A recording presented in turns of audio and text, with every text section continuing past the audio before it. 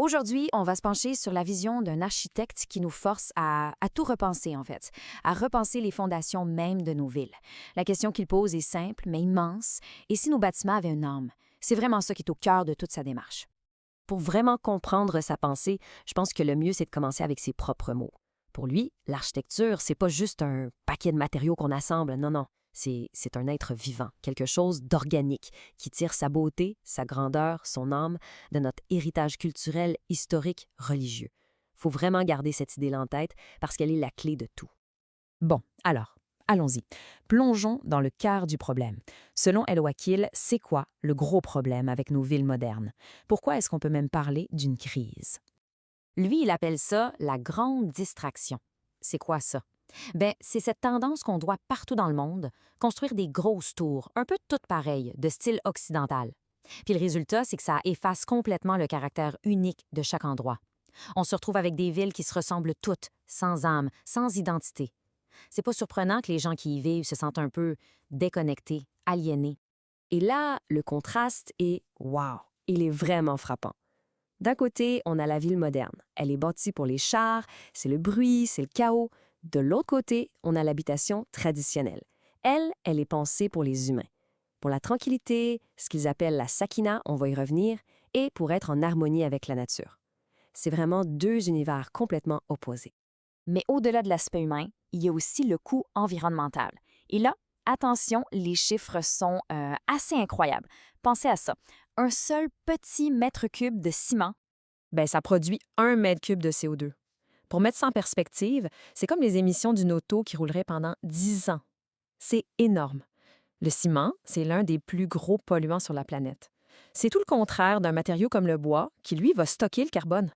Et le coup, il est aussi humain, puis des fois c'est carrément tragique.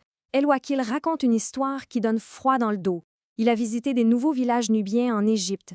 Le gouvernement avait bâti des maisons en béton pour relocaliser les gens. Il a pris la température sous les toits de béton, 90 degrés Celsius. Imaginez, les enfants mouraient de chaleur. C'est une illustration terrible de ce qui arrive quand on tourne le dos au savoir-faire traditionnel. OK, donc si l'approche moderne cause autant de problèmes, c'est quoi l'alternative? C'est là que ça devient intéressant. On va regarder du côté de la sagesse de la tradition qui nous propose un chemin complètement différent. La question qui se pose, elle a l'air simple, mais elle est absolument fondamentale. Est-ce qu'on est pris avec ce modèle-là pour toujours, ou est-ce qu'il existe une meilleure façon de construire les endroits où on vit?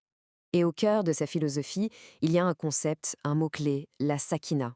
C'est un terme arabe qui veut dire tranquillité, sérénité, paix.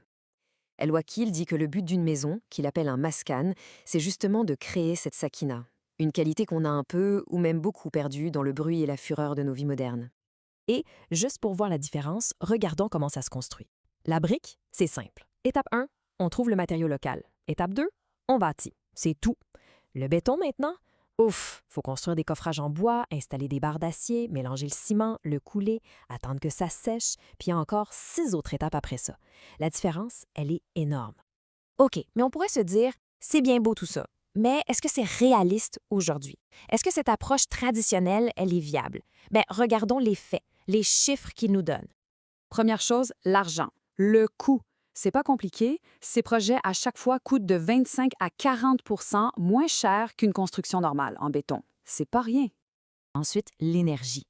Les matériaux traditionnels, comme la brique, ça respire, ça isole naturellement.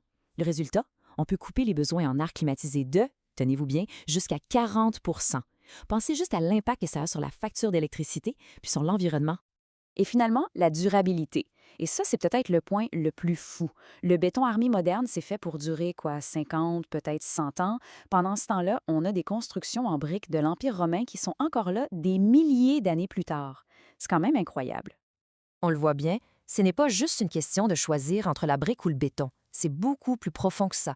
C'est un choix sur le genre de monde, le genre de futur qu'on veut se bâtir. Al Wakil, ce qu'il dit, c'est qu'on a laissé la pure logistique prendre le contrôle depuis trop longtemps. Il faut se poser la question, qu'est-ce qui définit nos villes aujourd'hui? Est-ce que c'est une philosophie, une vision, la culture, la communauté, ou est-ce que c'est juste le plan des routes? On a fini par bâtir des villes pour que les autos circulent bien et on a un peu oublié les humains dans l'équation. Et ça m'amène à son anecdote la plus forte, je trouve. C'est l'histoire d'un roi qui dit à son fils « Le jour où tu vas bâtir la nouvelle ville, ne convoque pas les ingénieurs en premier. Convoque les philosophes et les poètes. Laisse-les décrire leur vision de la ville idéale. » C'est un appel tellement puissant à remettre l'humain, la beauté, le sens au centre de tout, bien avant les questions purement techniques. Ce qui nous laisse avec une dernière question, une question essentielle à se poser la prochaine fois qu'on regarde dehors. Est-ce que nos villes sont bâties pour le confort des humains ou juste pour la convenance du béton? La réponse à cette question-là, elle va dessiner le monde de demain. C'est quand même fou de penser que l'un des plus grands maîtres de l'architecture islamique traditionnelle venait en fait des écoles les plus chics, les plus anglophones de son pays. C'est tout le paradoxe d'Abdelwahed El-Wakil. Ça résume toute sa pensée. Pour lui, l'architecture de son temps était devenue un chaos total, sans âme, sans direction. Et toute sa vie, il a mené une quête pour y ramener un sens, des règles et surtout une âme. C'est ça qui est fascinant. Le gars est issu de la haute société du Caire, il a une éducation à l'anglaise, bref, il avait tout pour suivre le courant moderniste. Mais non, il est devenu la référence en architecture traditionnelle, au point où même le prince Charles de l'époque est allé le chercher personnellement pour concevoir le Centre d'études islamiques d'Oxford. Ça donne une idée de son statut. Alors, comment est-ce qu'on en arrive là? Pour comprendre sa révolution, il faut vraiment retourner en arrière à ses débuts. Parce que sur papier, rien, mais absolument rien, ne le destinait à ce parcours-là. Regardez son parcours. Né en 1943 dans un milieu aisé, il fréquente les meilleures écoles anglaises. En 1965, il gradue premier de sa promotion en architecture. On s'entend, le chemin était tout tracé, hein? Une belle carrière bien droite, bien prévisible. Sauf qu'en 1967, une rencontre va venir tout bousculer. C'est à ce moment-là que le doute s'installe. Le jeune El-Wakil commence à remettre en question tout ce qu'on lui a enseigné. Il regarde autour de lui et il trouve que l'architecture qu'on construit est vide, sans âme. Il devient assistant à l'université et là, il voit de près les nouveaux projets de logements sociaux en Égypte. Et ça le dégoûte profondément. Pour lui, ces tours de béton, c'est juste des copies laides et froides des modèles européens d'après-guerre, complètement inadaptés au climat et à la culture égyptienne. Et c'est là qu'il découvre Hassan Fathy. Fathy, à l'époque, c'était un peu le mouton noir, le rebelle du milieu de l'architecture. Tout le monde à l'université le méprisait. Son idée, pourtant simple, pourquoi s'entêter à importer du béton qui coûte une fortune quand on a tout ce qu'il faut sous nos pieds, comme la terre et la pierre? Ici, on voit bien les deux mondes qui s'affrontent. D'un côté, le modernisme, du béton importé, de la production à la chaîne, un style pareil partout sur la planète, déconnecté de son environnement. De l'autre, la vision de Fathy. On utilise les matériaux locaux, on fait appel aux artisans, on crée quelque chose d'unique, qui a des racines. Le choix qu'El-Wakil s'apprête à faire est radical. Et il l'a fait. Il a tout lâché. Son poste prestigieux, la sécurité d'emploi, l'approbation de ses collègues. Même sa famille était contre, son père en tête. Il a tourné le dos à une carrière de rêve pour devenir l'élève de cet architecte marginal. C'était un saut dans le vide, mais il y croyait dur comme fer. OK, c'est bien beau les grandes convictions, mais maintenant, il faut prouver que ça fonctionne dans la vraie vie. Et c'est en Arabie Saoudite que ces idées vont vraiment être mises à l'épreuve. Loin de la théorie, c'est le test du réel. Et disons que l'accueil a été glacial. Les ingénieurs et les entrepreneurs sur place le prenaient pour un illuminé, un rêveur. On lui disait carrément « Vous êtes fou de vouloir construire sans acier renforcé. Ça ne tiendra jamais. » Pour eux, c'est impensable. Il a fait face à un vrai mur de sceptisme.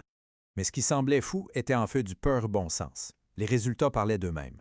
En utilisant des matériaux locaux, il a réduit les coûts de construction de 40 %. Et ces bâtiments, mieux isolés naturellement, demandaient 50 % moins de climatisation. En plus de ça, il a fait revivre tout un écosystème d'artisans locaux. Forcément, avec des résultats pareils, les gens ont commencé à l'écouter.